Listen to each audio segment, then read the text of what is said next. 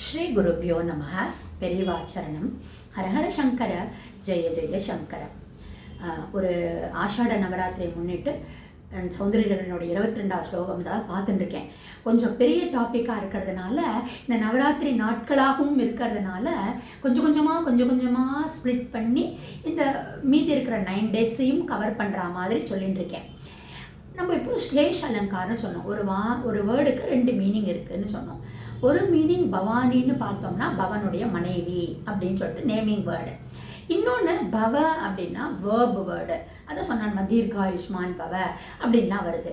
இப்போ இந்த இடத்துல பெரியவா என்ன சொல்கிறாருன்னா, குருவாக இருக்கக்கூடிய பகவத் பாதாள் சங்கரர் பவங்கிற வேர்டை வச்சு ஒரு வார்த்தை விளையாடினார் அப்படின்னா, அவருடைய சிஷ்யராக இருக்கக்கூடிய தோடகரோ ஒரு படி மேலே போய் அந்த பவங்கிற வார்த்தையை வச்சுட்டு வேர்டை வச்சுட்டு பவ ஏவ பவான், தோடகாஷ்டமில் வரும் இல்லையா, பவ ஏவ பவான் அப்படின்னு சொல்கிறார்.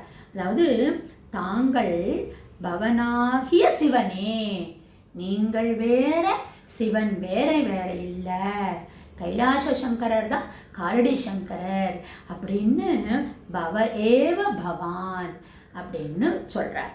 சரி, இப்போ இந்த பவங்கிறதுக்கு என்ன ஆயிடுறது, தீர்காயுஷ்மான் பவ அப்படின்னா என்ன, தீர்காயுஷாக ஆகுவாயாக, தீர்க்க சுமங்கலி பவ, தீர்க்க சுமங்கலியாக ஆவாயாக. அப்போ இந்த பவ அப்படிங்கிறதுக்கு ஆவாயாக. அப்போ பவானி அப்படின்னு வந்துட்டுன்னா நீயாக ஆவேனாக அப்படின்னா என்னன்னா, இப்போ தமிழ்லையும் இங்கிலீஷ்லேயும்லாம் பார்த்தேன்னா ஒரு சென்டென்ஸினுடைய பொயட்டிக் வேர்டு இருந்ததுன்னா, பொயட்டிக் சென்டென்ஸாக இருந்ததுன்னா அது கொஞ்சம் ரொம்ப மாற்ற முடியாது. பட் சான்ஸ்கிரிட்லலாம் என்னென்னா, அந்த ஸ்லோகம்லாம் வரும்போச்சு அந்த பொயட்டிக் சென்டென்ஸை வந்து ப்ரோஸ் ஆர்டராக மாற்றுற போச்சு ஃபார்மேட்டை மாற்றலாம், நம்ம கரெக்ட் மீனிங் வந்துடும் உனக்கு. அப்போ என்ன ஆகுது அப்படின்னா, பவானி துவம் அப்படிங்கிறத துவம் பவானி அப்படின்னு மாற்றிட்டோன்னு வச்சுக்கோங்களேன். இப்போ நான் என்ன சொன்னேன், பவ ஆனி அப்படின்னா பவானி ஆவாயாக, துவம் ஆவாயாக,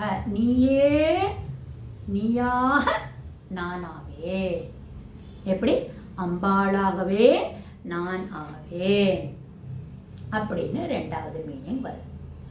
அப்படிப்பட்ட அனுகிரகத்தை வாரி கொடுக்கக்கூடிய கிருபா மனசுடைய அம்பாள் வந்து என்ன பண்றா, நாம் என்னவோ ஒரு குழந்தையாக ஒரு என்ன சொல்றது, அம்மா எனக்கு நீ அருள் கொடுமா அப்படின்னு ஒரு குழந்தை வாத்சல்யம், அம்மா உறவோட வாத்சல்யத்தோட சீராட்டலாம், அம்மா கிட்டக்க நம்ம சீராடிக்கலாம் அப்படின்னு நாம் எக்ஸ்பெக்ட் பண்ணால், அம்பாள் என்ன நினைக்கிறாளா, எப்போ நீ பவானி துவம்னு நீ சொல்லிட்டியோ உனக்கு நான் சாயுஜ்ய பதவியும் கொடுக்குறேன், சாயுஜ்ய பதவி கொடுக்கறதோடு இல்லாமல் துவம் பவானி, நீ வந்து நீயாக நான் ஆவேன் அப்படின்னு ஒரு படி மேலே போய் ஒரு தாசனாக, அடிமையாக, வேலைக்காரனாக ஒரு வாத்சல்ய பாவத்தோடு நாம் சொன்ன இந்த ஸ்லோகத்தை அம்பாள் என்ன நினச்சிக்கிறாளாம், ஐயோ நம்ம குழந்தை இப்படி நம்மள்கிட்ட கேட்குறதே, நம்ம கடாட்சத்தை பெருசாக கொடுக்கணும், கருணை கடலை அப்படியே பொழியணும் இந்த குழந்தை மேலேன்னு சொல்லிட்டுன்னு என்ன பண்ணுறா, நீயாக நானாவேன்னு அர்த்தத்தோட நம்மளை பண்ணுறா. அப்படின்னா என்ன ஆயிடும், நாம் அம்பாள் ஆயிடுறோம். நீயாக நானாவேன் அப்படின்னா என்ன அர்த்தம், நாம் அம்பாள் மாதிரி ஆயிடுறோம். அந்த மாதிரி ஒரு சாயுஜ்ய பதவியை அம்பாள் கொடுக்கறா அப்படின்னு இந்த பவானிங்கிறத 2 ஸ்லேஷ் அலங்காரமாக சொல்லி பெரியவா இதை இன்டர்பிரேட் பண்ணுறா.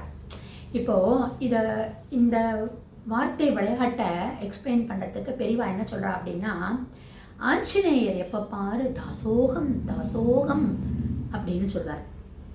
என்ன அர்த்தம், ஐ ஆம் யுவர் சர்வன்ட், தாசன், நான் வேலைக்காரன், நான் அடிமை அப்படின்னு சொல்லி சொல்லி சொல்லி சிரஞ்சீவியாகி சோ அகம் அப்படின்னு ஆயிடுறார். அப்படின்னா என்ன ஆயிடுது, அவனாகவே மாறிவிட்டார். எவனாகவே, பரமாத்மாவாகவே மாறிவிட்டார்.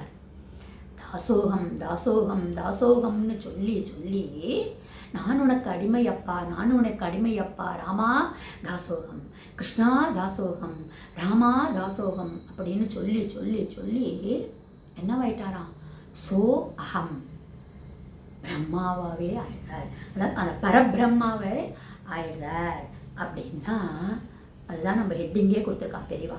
அந்த தாசோகத்திலிருந்து சோ அகம், அந்த மாறக்கூடிய தன்மை கொடுக்கக்கூடிய ஒரு முக்கியமான ஸ்லோகமாக இந்த சௌந்தரியலகரினுடைய 22வது ஸ்லோகம் இருக்குது. அப்படிங்கிறது தான் இந்த ஸ்லோகத்தினுடைய ஒரு பெருமையாக இருக்குது. இன்னும் இருக்குது. நாளைக்கு உடனே வீடியோ பார்க்கலாம்.